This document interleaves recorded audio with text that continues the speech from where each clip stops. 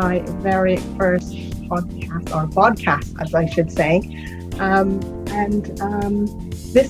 This show that I'm doing is called Strictly Healthy. And it's about looking at how we can keep ourselves together holistically, whether it's emotional, mental, physical, financial, business health.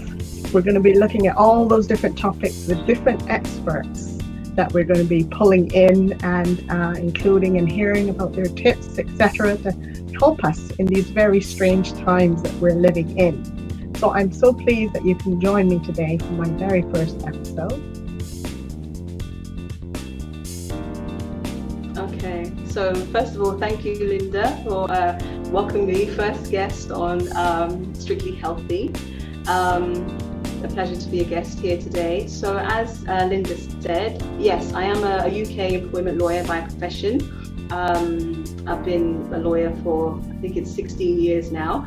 And aside from that, I am a mother of two rambunctious, lovely boys. I'm also an intuitive life coach.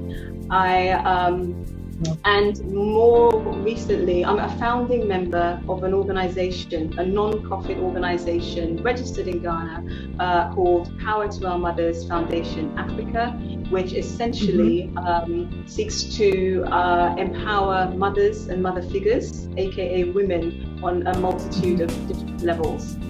So what I should have said is I was born and bred in the UK, in London. And I've just recently relocated to Ghana with my two boys, which is my country of origin, where my parents and their parents are from, and to do a multitude of things, including to contest to become the president of Ghana. That is to further my mission, my vision, to really empower mothers and mother figures, the women, so that they really thrive, because once the women thrive, everybody else thrives. And welcome to episode 2 of Strictly Healthy. And speaking of motivational, we have an amazing lady on today, Zoe Bennett. We welcome her now. Welcome, Zoe, to episode 2 of Strictly Healthy. Yes, you are the motivational queen, but you have done some amazing things and also been through quite some adversities in your life. So I'd like to start there. Can you just share with us, some of what you've been through so far? So my life has been nothing but a interesting roller coaster, I would like to put it. See, I don't look at things as negative or, oh my gosh, oh woe is me. I look at things as it's meant to be, but it's how your mindset is all about, how you actually come through it. So yes, I've gone through lots of trauma, adversity, stemming from when I was a child, through trauma, completely childhood abuse for many, many years. But the way I got through that is that I always looked forward to the future. I always used to tell myself it can only get better. I will get through this. But today I have a very special guest, Dr. Gail Pearson, who is coming to us from New Zealand. We're talking about how to boost your internal defense system. My name is Gail Pearson. I'm a New Zealand trained anaesthetist, or if you come from the States, it's anesthesiologist. So I practice in Auckland, New Zealand, and I've been practicing now for almost 30 years. Based on the current situation that we're dealing with now, how can we cope with what's happening? How can we help ourselves? Linda, it's all about going back to basics, and it's all about an approach which is a very common sense approach. And let's look at it at what we can actually control and what we can't control. It's great, isn't it? But tell me, how does that then affect oxidative stress? Can you share that? People here probably don't know what oxidative stress is. Yes, we could talk about that. Yeah. So what happens is that when we're young, those enzymes like superoxide dismutase are functioning, they're going boom, boom, boom, boom, boom. But after the age of about 25, those antioxidant enzymes that we've got in our own body, they don't work as well. And as you get older, they work less and less and less, and we know that. And that's why the fad has been, take antioxidants, let's take antioxidants. Mm-hmm. It's not enough, because you actually have got to make antioxidants in each of your cells.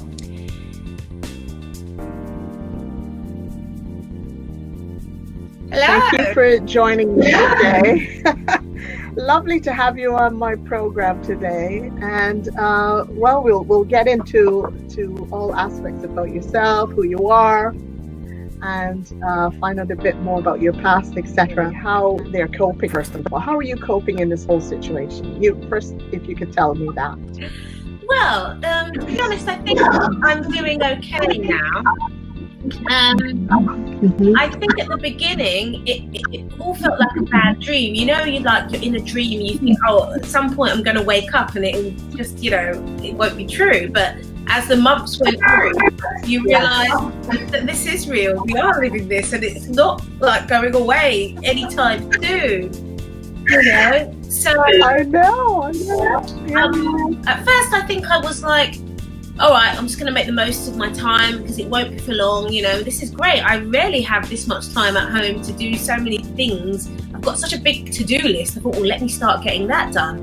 But, as time goes on, you think, well, I've done that bit of the to-do list. There's still nothing happening, and it does get a bit difficult, especially when I'm someone who does a lot of work in theatres, in front of large audiences. So almost everything that I do, has disappeared overnight. So. Yeah, good. So you've been finding alternative things, I take it, to be able to possibly get your message out there. I mean, how can people sort of get a hold of you, if need be, in I'm terms on Facebook, Janine Johnson, and I'm also on Twitter and Instagram, Janine Music. It's 2 N's though on Twitter and Instagram, JANNINE Music. So they can check out my YouTube channel as well, Janine Johnson, and there's loads of music there for you to listen to. Very pleased to have you join me again today, and we've had some exciting guests, some really fantastic guests with great information, and today is no exception. We're going to be talking today about the type of bread that we probably all should be having, and the topic today is what's so bad about bread. And we have our special guest today, Patricia Bowerman. Very pleased to be on today. Thank you for having me. Well, I am Patricia. I'm the health revolution activist. You can maybe tell by my accent, I'm not British. I am from America originally. I've been in Somerset in UK since 1997. But more recently, I've been exploring sort of why we get ill, and we're sort of seeing that manifested now with the situation we're in. But really, there are just toxins that affect our body, because our bodies are designed to heal themselves. So what interferes with that? Well, we're going to look at one today in a minute. But so they stone ground the flour, and of course it was whole grain. They didn't have the fancy contraptions to separate off all the layers, and there was no white flour then. So back then, bread was flour, water, and salt. And if you want to look at that slide, we can sort of break down what a wheat bread looks like. It's many components. So when it's stone ground, it's stone is rough, so it's ripped and shredded apart.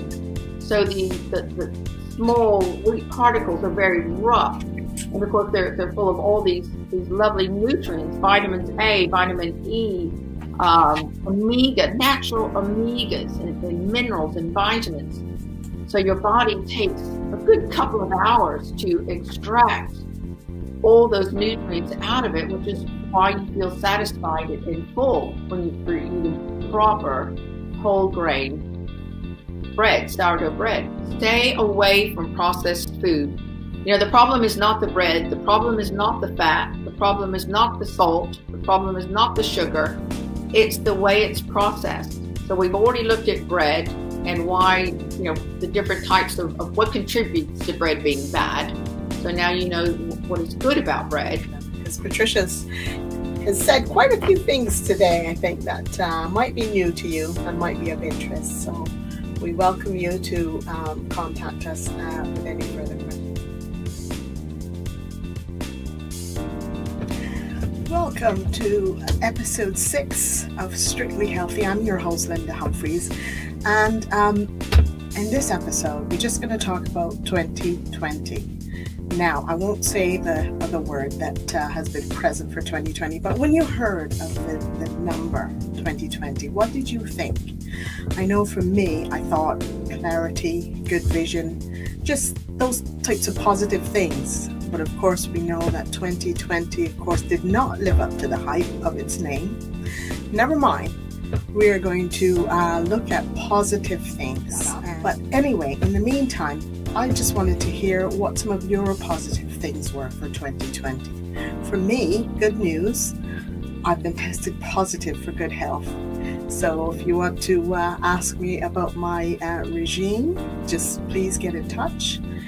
In the meantime, just wanted to let you know what's coming up in January.